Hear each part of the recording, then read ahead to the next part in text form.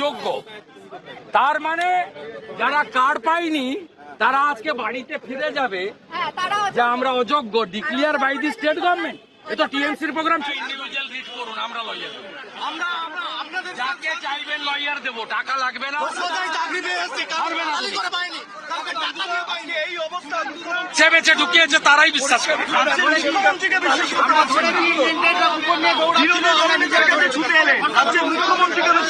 বিশ্বাস করে না। জিজ্ঞেস করুন, আরে কেউ বিশ্বাস করে না। ঠকবাজ চিফ মিনিস্টারকে বিশ্বাস করে না। ওরা যদি ইন্ডিভিজুয়াল যায়, আমরা যে লয়ার চাইবে সেই লয়ারের ফিজ আমরা দেব। ওরা যদি রিট করে, যাদের ওএমআর আছে এবং যারা যোগ্য, তারা যে লয়ার চাইবে। কিন্তু মমতা ব্যানার্জি আজ যা বলেছে করতে হবে। উনি সুপ্রিম কোর্টে রিভিশন পিটিশন করেছেন, উনাকে যোগ্য তালিকা সুপ্রিম কোর্টে জমা করতে হবে।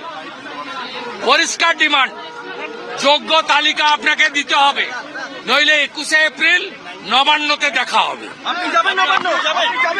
এনাদের যদি আপত্তি না থাকে আমি যাব।